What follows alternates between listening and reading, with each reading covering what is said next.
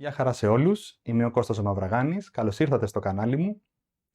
Έχοντας μιλήσει και έχοντας πει 2-3 πράγματα για τα αρμόνια σε προηγούμενα βίντεο, θα ήθελα σε αυτό εδώ το βίντεο να πω 5 πράγματα και να επικεντρωθώ όσον αφορά το αρμόνιο σαν εργαλείο εκμάθησης μουσικής.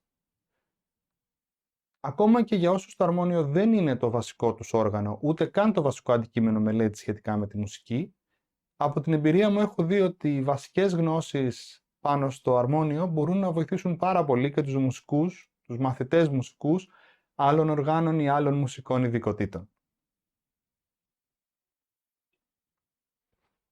Και πάμε πρώτα-πρώτα να δούμε πώς το αρμόνιο είναι ιδανικό για αρχάριους και νέους μαθητές της μουσικής χωρίς προηγούμενη εμπειρία σε αυτό ή σε κάποιο άλλο μουσικό όργανο. Κάποια από αυτά που θα πούμε ισχύουν και για το πιάνο. Θα δούμε όμως ότι το αρμόνιο έχει κάποια επιπλέον προτερήματα σε σχέση με το πιάνο όσον αφορά αυτή την κατηγορία. Το πρώτο που θα έπρεπε να πούμε είναι πόσο εύκολο είναι να παράξουμε ήχο με το όργανο αυτό. Το αρμόνιο ίσως και να είναι το πιο εύκολο όργανο στο να παράξει κάποιος ήχο με αυτό, ακόμα και αν είναι εντελώς αρχάριος και δεν έχει καμία προηγούμενη εμπειρία με αυτό ή με κάποιο άλλο όργανο, ούτε καν γνώση μουσικής. Αρκεί να διαλέξεις ένα οποιοδήποτε πλήκτρο και να το πατήσεις.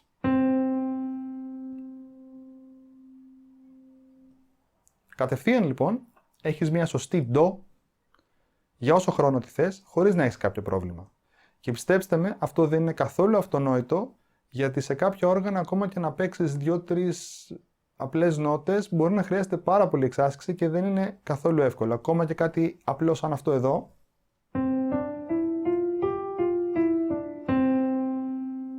μπορεί να θέλει πάρα πολύ εξάσκηση σε κάποιο άλλο όργανο.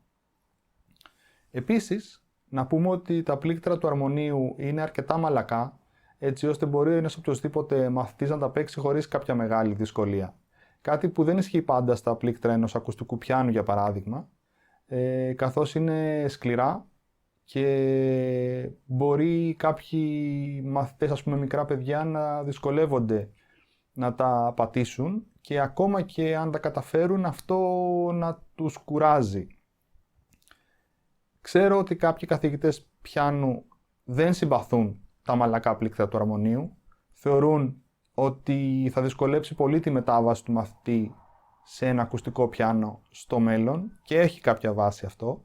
Παρ' όλα αυτά, εγώ θεωρώ πολύ σημαντικό στα πρώτα βήματα το όργανο πάνω στο οποίο εξασκείσαι να μην σε κουράζει, έτσι ώστε να μην σε αποθαρρύνει να περάσεις χρόνο σε αυτό. Ένας άλλος πολύ σημαντικός παράγοντας είναι και ο παράγοντας του κόστους. Ένα αρμόνιο είναι ένα σχετικά φτηνό όργανο, σίγουρα πιο φτηνό κατά κανόνα από ένα ακουστικό πιάνο και είναι πολύ πιο εύκολο και αναμενόμενο από έναν μαθητή να έχει ένα αρμόνιο στο σπίτι του για εξάσκηση, κάτι που δεν είναι τόσο αυτονόητο αν μιλάμε για ένα ακουστικό πιάνο.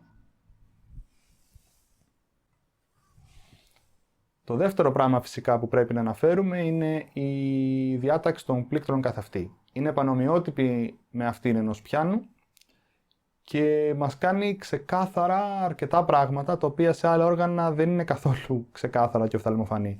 Για παράδειγμα, μπορείς κατευθείαν με το μάτι να διακρίνεις τις φυσικές νότες και τις αλλοιώσεις τους, δηλαδή τις υφέσεις και τις διέσεις.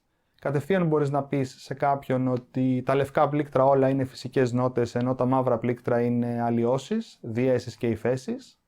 Κατευθείαν παίζοντας ένα πλήκτρο οποιοδήποτε,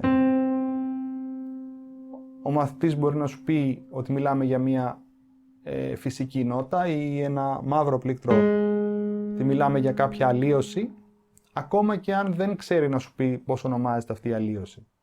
Επίσης είναι σχετικά οφθαλμοφανές ότι μεταξύ κάποιων νοτών δεν υπάρχουν αλλοιώσεις. Όπως ας πούμε δεν υπάρχει κάποια αλλοίωση μεταξύ μη και φα και δεν υπάρχει κάποια αλλοίωση μεταξύ σι και ντο.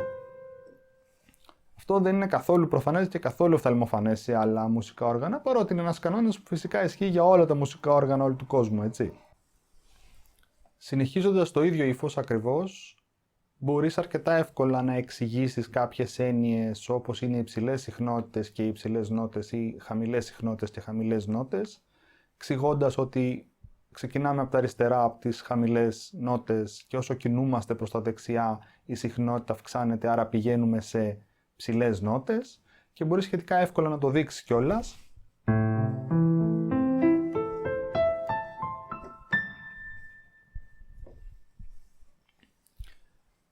Είναι αρκετά εύκολο. Επίσης μπορείς να δείξεις πολύ εύκολα τι γίνεται με τα διαστήματα, δηλαδή τις αποστάσεις μεταξύ των νοτών. Μπορείς να πατήσεις ας πούμε δύο νότες, μία ντο και μία σόλ εδώ, και να ζητήσεις απλά από το μαθητή να σου μετρήσει τα λευκά πλήκτρα.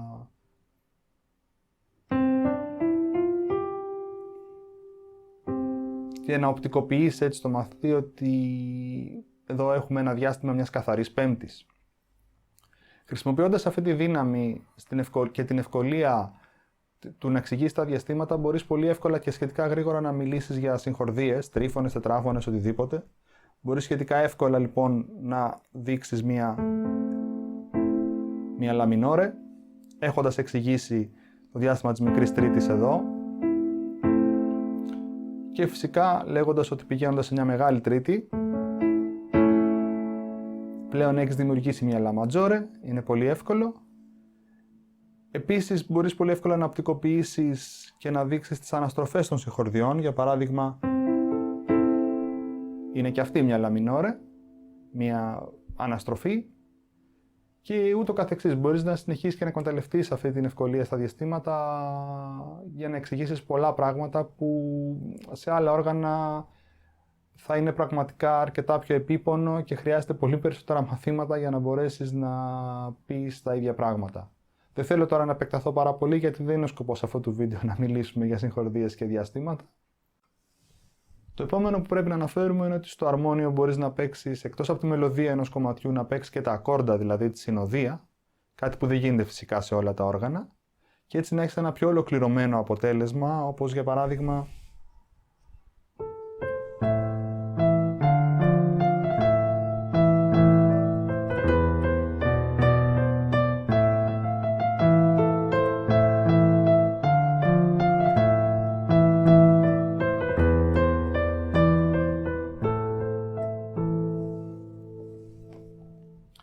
κάτι τέτοιο φυσικά μπορείς να το παίξεις και στο πιάνο. Παρ' όλα αυτά, το αρμόνιο σου δίνει μια επιπλέον δυνατότητα ότι πέρα από αυτό μπορείς να έχεις αυτόματη συνοδεία, να έχεις αυτόματα ακομπανιαμέντα που να σου εμπλουτίσουν το κομμάτι και να παίξεις κατευθείαν κάτι που να είναι αρκετά πιο ολοκληρωμένο σαν άκουσμα. Κάτι τέτοιο δηλαδή.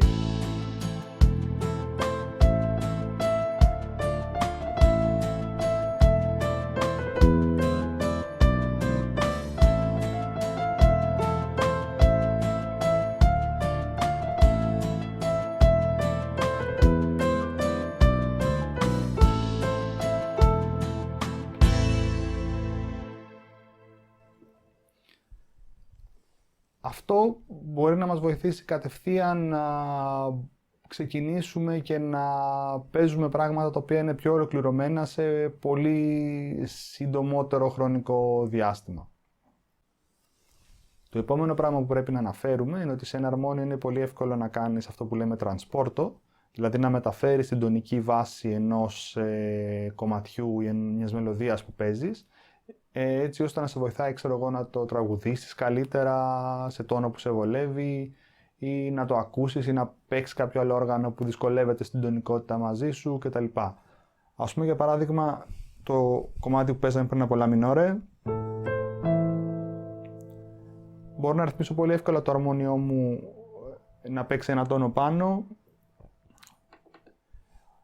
και εγώ, αν και δεν το βλέπετε, πατάω τα ίδια πλήκτρα με πριν, αλλά ουσιαστικά το αρμόνιο παίζει το ίδιο τραγούδι έναν τόνο πιο πάνω.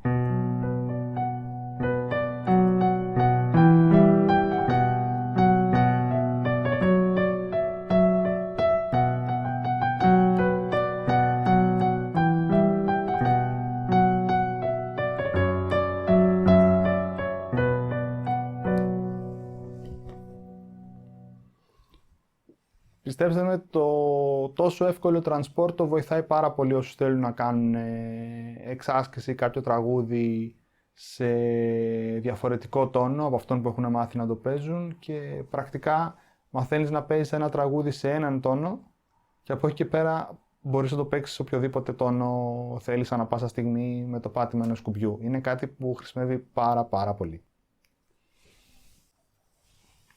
Ένα άλλο επίσης πλεονέκτημα που έχουν τα αρμόνια είναι ότι μπορείς να ρυθμίσεις το τονικό ύψος κάθε πλήκτρου, κάθε νότας στο σημείο που θέλεις, ώστε να παράγεις διαστήματα μικρότερα του ημιτονίου, μικροτόνους δηλαδή, ή μόρια όπως τα λένε κάποιοι, από τη βυζαντινή μουσική επηρεασμένη.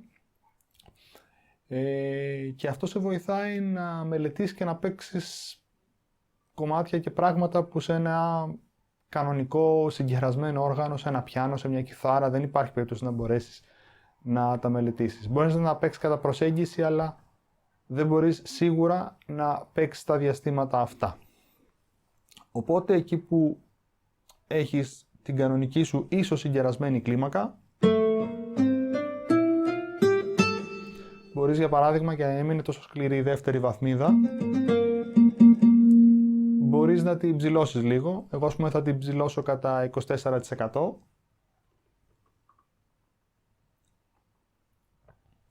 Οπότε το αποτέλεσμα είναι κάπου αυτό, σε σημείο να μπορούμε να παίξουμε κάτι τέτοιο.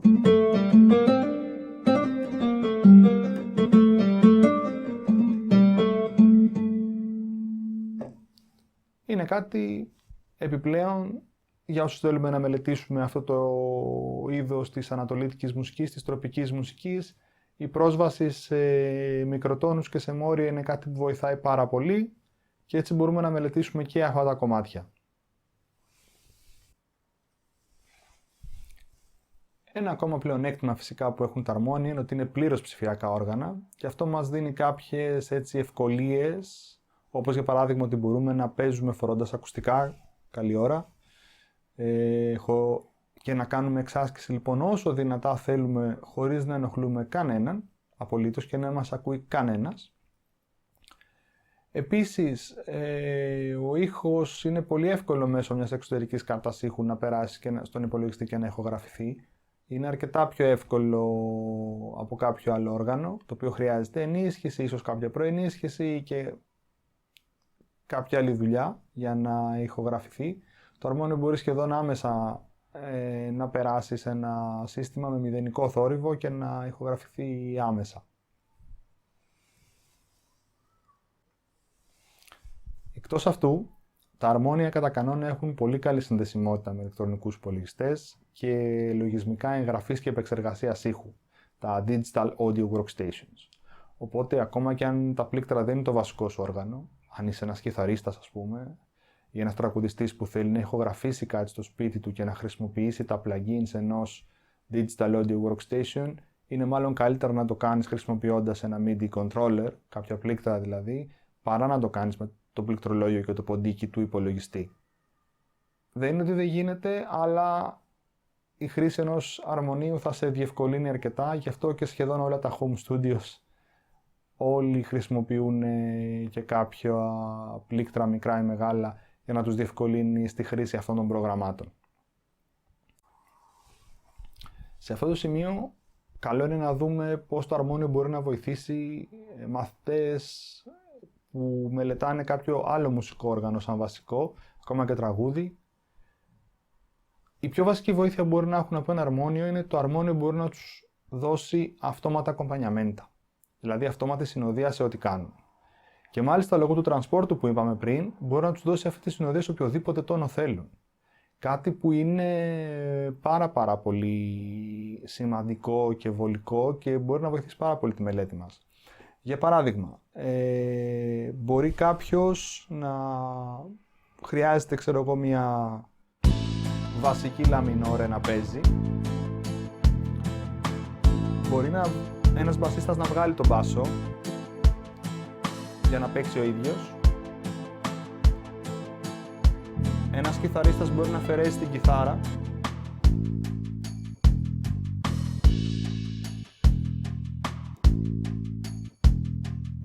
Ακόμα και ένας drummer μπορεί να αφαιρέσει ή μπορούμε να αφαιρέσουμε τα ακουστά.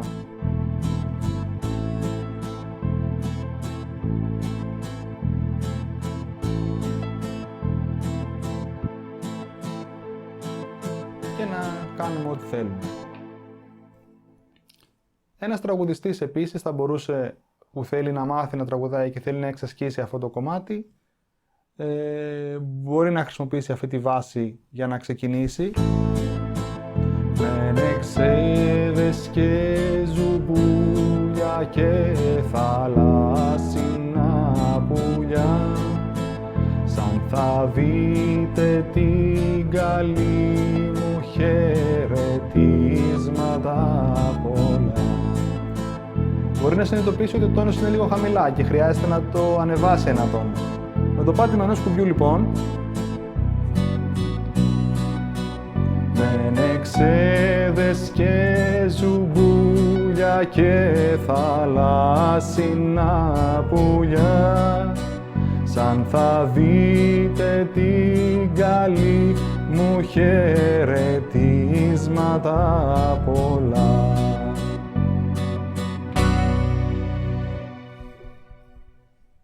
Μπορεί λοιπόν έτσι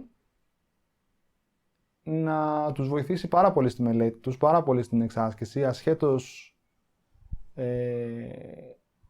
αν ασχολούνται βαθιά, σε βάθος με το αρμόνιο ή το πιάνο σαν όργανο. Νομίζω ότι σε αυτό το σημείο έχουμε αναφέρει τα περισσότερα τουλάχιστον από τα πλεονεκτήματα που σου δίνει ένα αρμόνιο στη διαδικασία εκμάθησης μουσικής. Εγώ νιώθω ότι θα μπορούσα να μιλάω ώρα ακόμα, άρα μάλλον κάτι θα έχω ξεχάσει. Αν είναι όντως έτσι, πείτε το μου στα σχόλια, θα ήθελα να συμπληρώσουμε πράγματα, γιατί νιώθω ότι δεν μπορώ να υπερθεματίσω αρκετά πόσο σημαντικό είναι αυτό το όργανο και πόσο πολύ σε βοηθάει στη διαδικασία εκμάθησης μουσικής. Θα ήθελα επίσης να μου πείτε τις ιστορίες σας. Εσάς όντως σας έχει βοηθήσει το να γίνετε καλύτεροι, ειδικά αν δεν είναι το βασικό σας όργανο. Σας έχει βοηθήσει στη μουσική σας πορεία, στη μουσική σας μελέτη και εξέλιξη, ίσως σε κάποιες ηχογραφήσεις ή κάτι άλλο που εγώ τώρα δεν σκέφτομαι. Πείτε μου και θα χαρώ πολύ να το συζητήσουμε. Μέχρι την επόμενη φορά και το επόμενο βίντεο, να περνάτε όλοι πάρα πολύ καλά και να θυμάστε ότι η εξάσκηση είναι αυτή που μας κάνει καλύτερους. Πάντα. Γεια χαρά!